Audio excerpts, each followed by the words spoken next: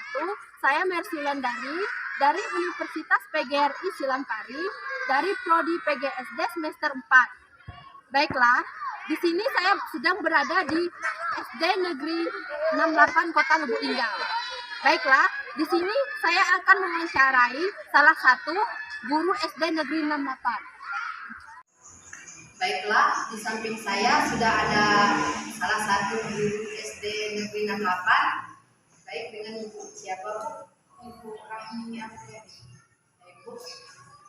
Perkenalkan, nama saya Mersulandari, Bu, dari kampus Universitas PGRI Silampari semester 4. Di sini saya ingin mewawancarai Ibu tentang kurikulum merdeka. Langsung saja, Bu. Pertanyaannya, Bu, apakah Ibu memahami tentang kurikulum merdeka? Kalau paham secara keseluruhan mungkin belum, kalau sedikit karena kan masih belajar jadi paham sedikit. Bagaimana pandangan Ibu tentang kurikulum merdeka? Dari pengetahuan Ibu, kalau kurikulum merdeka itu sepertinya lebih menekanin siswanya untuk lebih ke ekstrakurikuler ya kayaknya. Kemudian juga penerapan profil pelajar Pancasilanya. Kalau kurikulum merdeka ini anak-anak itu kayaknya dituntut untuk lebih banyak pengembangan, baik itu dalam materi, kemudian pengetahuan luarnya apa sih, kayak lebih bebas aja gitu ya kelihatannya itu. Kalau dari kurikulum merdeka ini dibanding dengan kurikulum K13 kemarin itu pembelajarannya kan saintifik. Kalau yang ini belajarnya itu yang esensial aja, yang diperpanjang, perbanyak materi yang penting, rumit. Kalau yang sederhana mungkin mereka bisa belajar di luar, kayaknya kayak gitu. Perbedaan apa yang mendasari menurut Ibu antara kurikulum sebelumnya dan kurikulum merdeka? Perbedaan mendasarnya dari pendekatannya ya. Kalau ini si kurikulum 2013 kemarin kan pendekatannya itu saintifik, kemudian juga dari perangkat pembelajarannya ya, mulai dari EPP, silabus itu. Kalau di kurikulum merdeka udah ganti kan, CP, ATP, ada alur, kemudian apa lagi ya, tujuan pembelajarannya, terus bentuk RPP-nya juga kayaknya berubah. Metode mengajarnya juga kayaknya lebih bervariasi. Kita bisa nemukan media pembelajarannya dari berbagai jenis. Tapi sebenarnya dari kurikulum merdeka K13 kemarin itu sudah seperti itu. Tapi ini kayaknya lebih dikembangkan lagi. Memang anak itu lebih bebas memilih. Apa penggantian ini tidak terlalu cepat? Kesannya seperti ganti materi, ganti kurikulum. Kalau terlalu cepat itu bilangnya kurang tepat, karena kendalanya itu dari kurikulum K13 itu belum capai maksimal, habis itu udah ganti lagi. Kemudian repot untuk gurunya, ganti lagi pembelajaran. Kalau cara ngajarnya sih Ibu tengok sama, karena memang dari dulu kita ngajar kayak gitu kan, lebih ke anak bebas, terus nggak berfokus pada materi buku, udah luas materinya. Kemudian kalau terlalu cepat, sebenarnya kan kurikulum itu pergantiannya itu 10 tahun sekali. Kalau Ibu tengok kurikulum 2013 ini, 2013 kemarin kan dicetuskan, sekarang udah 2023, mungkin sudah wajar diganti, tapi sebaiknya itu diperbaharui dari kendala kurikulum 2013. Tapi kayaknya ini ganti total ya kelihatannya, ganti total dari mulai RPP dan lain sebagainya. Tapi kurikulum 2013 kemarin kayaknya ganti total juga dengan kurikulum KTSP. Tapi semoga nggak terlalu cepat ya. Tapi semoga nggak ada kata ganti materi, ganti menteri, ganti kurikulum. Semoga memang udah wajib diganti mungkin gitu. Apakah sekolah Ibu telah menerapkan kurikulum merdeka? Kalau untuk tahun ini kan tahun 2022-2023 ya, tahun pelajarannya itu belum. Karena kemarin itu waktu mau pemilihan kurikulum merdeka, kayaknya dari sekolah, guru-guru, kepala sekolah itu belum mampu. Jadi di semester yang akan datang selanjutnya tahun pelajaran 2023-2024 wajib milih. Jadi sekolah kami ini milih mandiri berubah. Jadi mandiri belajarnya langsung naik ke mandiri berubah. Seharusnya kan dari mandiri belajar dulu karena waktunya kurang, langsung naik ke mandiri berubah. Berarti belum ya. Ya, belum, nanti semester depan. Iya. Apakah Ibu pernah mengikuti pelatihan kurikulum merdeka? Kalau pernah, sudah berapa kali, tentang apa?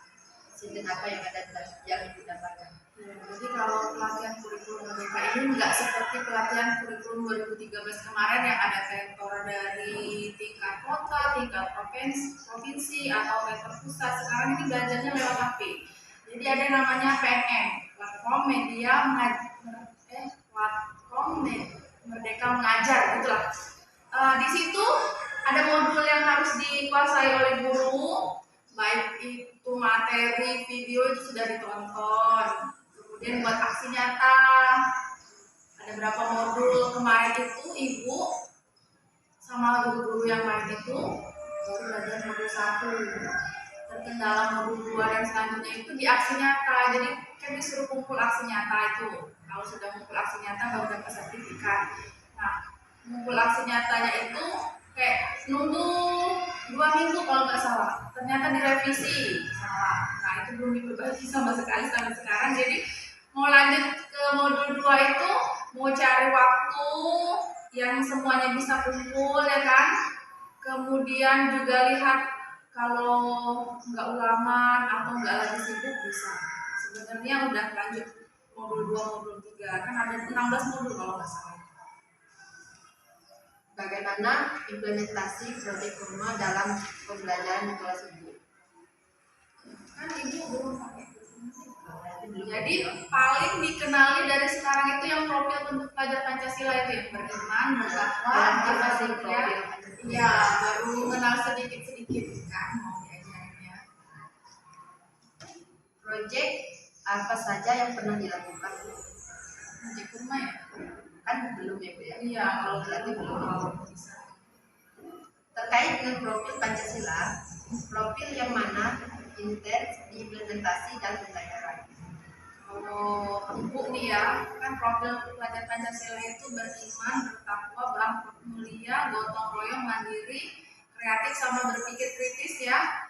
Yang paling duluan itu beriman dan berakhlak mulia ya. Kalau anak-anak sudah beriman, berakhlak mulia, itu sopan santun, udah bisa, patuh, taat, peraturan di sekolah, baik di rumah itu sudah bisa. Dan yang terakhir itu berpikir kritis kayaknya ya. Karena kita itu kan mau menghadapi dunia luar yang tadi berkebinekaan global ya. Jadi anak-anak dituntut untuk berpikir kritis mulai dari sekarang sudah harus bisa memecahkan masalah sendiri. Mungkin dari yang zaman dulu itu kalau kotak pensilnya diambil terus harus ngadu dengan guru, sekarang nggak usah, coba selesaikan sendiri. Kejar temannya, kalau temannya nggak mau dikejar biarin, ya kan, berpikir kritis. Jadi apa yang harus dilakukan itu nanti bakalan ada buahnya juga kan, Sudah bisa mandiri. ya mandiri tadi. Apakah harapan sekolah dalam melaksanakan kurikulum merdeka? Harapan sekolah tentunya sama dengan harapan semua guru, kemudian wali murid ya, untuk anak itu bisa menghadapi dunia global. Kan sebenarnya kurikulum merdeka ini kan mau mengantarkan anak bisa menghadapi dunia global kan, yang mana teknologi itu sudah berkembang pesat, kemudian kemajuan iptek itu udah canggih banget. Sayang sekali kalau anak-anak kita ini cita-citanya cuma hanya guru, dokter, perawat. Sekarang ini kan udah banyak konten kreator, kemudian bisa jadi chef, bisa buat usaha sendiri ya. Udah banyak pilihan, jadi jangan menonton belajarnya mau jadi guru-guru aja. Guru itu udah banyak cabangnya kan sekarang, nggak mesti harus guru SD, SMP, mau guru silat, silahkan, banyak sekali. Jadi gitu aja harapannya, bisa ngadepin dunia global. Apakah kurikulum Merdeka sesuai dengan kebutuhan siswa dan pembelajaran seperti apa contohnya? Sesuai kalau dengan kebutuhan siswa, kayaknya mungkin inilah yang sepertinya ya dari kurikulum Merdeka ini bebas dia belajar. Oh ibu, aku mau, tapi tetap sesuai dengan ATP dan CP tadi ya. Misalnya pembelajaran hari ini tentang kita ambil contoh kayak pembelajaran IPA, anggap saja tentang tata surya ya kan. Nah, mereka sudah nyiapin berbagai macam pertanyaan mengenai tentang itu, boleh sampaikan dengan gurunya, diskusikan sama-sama, kita nonton, kita cari di, kan banyak nih sumber belajar kan, dari buku. Kayaknya anak-anak itu lebih suka kalau nyarinya di internet. Oh, cari bentuk Mars gimana, misalnya ibu kasih contoh tuh bentuk Mars kayak gini. Apa yang kalian lihat dari bentuk Mars itu? Oh, warnanya merah ibu. Iya, planet berapa dia? Misalnya kan banyak. Ini sesuai deh kayaknya dengan kebutuhan siswa yang sekarang itu udah aktif banget. Berarti sesuai ya. Bagaimana interaksi guru dengan siswa selama implementasi program? Kan belum Berarti belum itu ya. Iya, kalau implementasinya sama lah kayak kurikulum 2013 kemarin kan, kalau harus timbal balik dua arah ya, nggak boleh kalau zaman dulunya banget itu cuma gurunya ceramah aja, jadi cuma satu arah. Sekarang itu udah dua arah, jadi tanya jawab, bolak balik kita lakukan diskusi. Jadi kalau belajar itu tanyain dulu pengennya kayak mana, atau kita belajar kelompok boleh, kita diskusi, ada yang nampilkan presentasi di depan boleh, atau kita keluar cari ini, cari sumber baru ya, wawancarain mama tukang bakso yang ada jualan, ibu-ibu kantin. Nah itu kan ada belajar wawancara bahasa Indonesia. Jadi itu saja mungkin interaksinya dua anak. Apakah sebelum belajar ibu menguasai ATP atau mengembangkan tujuan pembelajaran? Kalau sebelum mengajar memang harus dirangkai ya, CP, ATP sama kita juga mengembangkan tujuan pembelajaran. Kalau CP itu kan kalau di kurikulum Merdeka itu, kalau di kurikulum 2013 itu adalah pengganti dari KI dan KD. Kalau kompetensi inti kan memang sudah ada 4.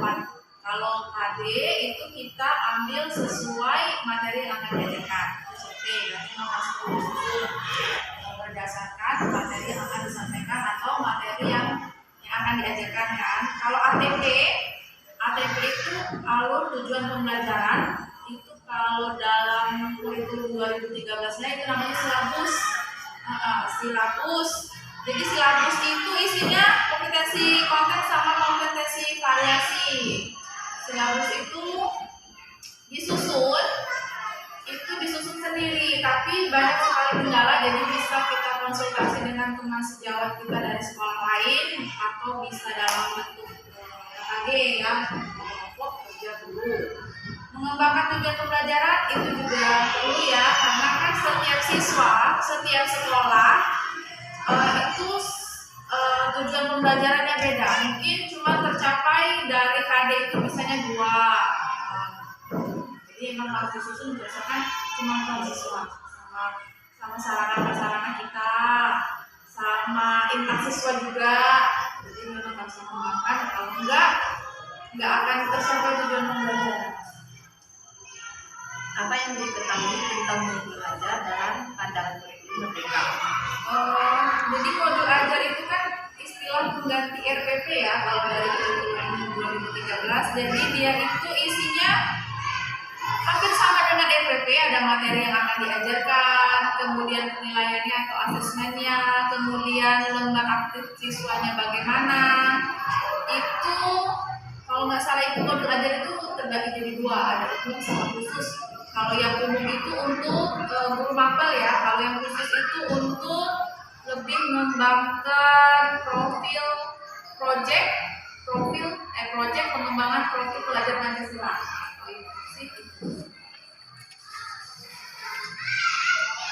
Apakah ibu membuat NPP K13 atau modul kurma sendiri atau hanya mengutip kemudian kemudian dikembangkan sendiri dengan kondisi sekolah atau silabus dibahas dalam KKG, kemudian di sekolah dan disesuaikan dengan kondisi peserta didik. Nah, ini sama yang seperti Ibu bahas tadi ya, kalau misalnya untuk RPP itu buat sendiri, kita ambil KD-nya saja, kemudian kita kembangkan sendiri materinya apa.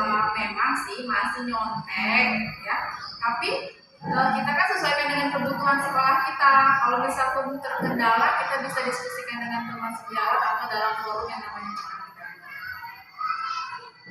Bagaimanakah Ibu memasukkan unsur literasi, saintifik, HOS, P5, keterampilan abad 21 di dalam modul yang Ibu buat? Iya, jadi modul ajar tadi kan seperti RPP ya. Memang kita harus masukkan pendekatan saintifik yang 5 itu, menanya, mengamati, menalar, mengkomunikasikan, sama mengumpulkan informasi. Kemudian HOTS ya, high order thinking, apa ya, saintifik. Literasinya sebetulnya memang kalau zaman kurikulum 2013 itu sebelum masuk pembelajaran itu anak-anak itu disuruh membaca dulu di pojok baca. Jadi kelas itu nyiapin pojok baca itu di sudut, baik itu di depan, di belakang, jadi isinya buku-buku yang menarik atau menunjang proses pembelajaran yang akan disampaikan. Nah, itu dibaca dulu 5 menit, 10 menit, itu diskusikan baru masuk materi. Jadi memang harus masuk di dalam pembuatan modul ajar biar bisa nerapin keterampilan abad 21 yang kayak komunikasi, kolaborasi, berpikir kritis, sama kreatif inovatif gitu. Jadi tujuannya biar tercapai tujuan pembelajaran tadi. Balik ke situ sebenarnya. Apakah Ibu menemui hambatan dalam pembuatan modul dan bagaimana solusinya? Ya, hambatan itu pasti ada ya, karena tidak semua kan dari awal itu apa ya namanya, kuota kosong ya. Kalau zaman kurikulum 2013 itu ada kuota kosong, itu baru diturunin jadi silabus, kemudian diturunin lagi jadi RPP. Nah, itu nggak semua guru bisa nangkap langsung ini kayak mana. Nah, pasti perlu diskusi ya, diskusi baik dengan ini ya, guru senior di sekolah kita tentunya, guru senior. Kalau nggak bisa boleh tangkap guru di sekolah lain, begitu kakak bilang kita diskusi. Apakah Ibu adalah seorang guru penggerak? Bagaimana implementasi dan kegiatan di sekolah? Ya, jadi Ibu ini belum masuk dalam guru penggerak ya, jadi belum tahu implementasi apa yang ada di sekolah. Apakah sekolah Ibu adalah sekolah penggerak? Bagaimana kontribusi sejauh diterapkan kemampuan guru dan siswa di sekolah? Sekolah itu belum mendaftar di sekolah.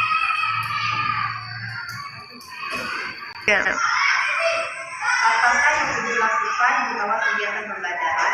Kegiatan yang dilakukan di awal pembelajaran itu karena ini mencerminkan keimatan berakhlak mulia, jadi kita berdoa dulu. Dan alhamdulillah di kelas Ibu itu semuanya adalah agama Islam, jadi berdoa.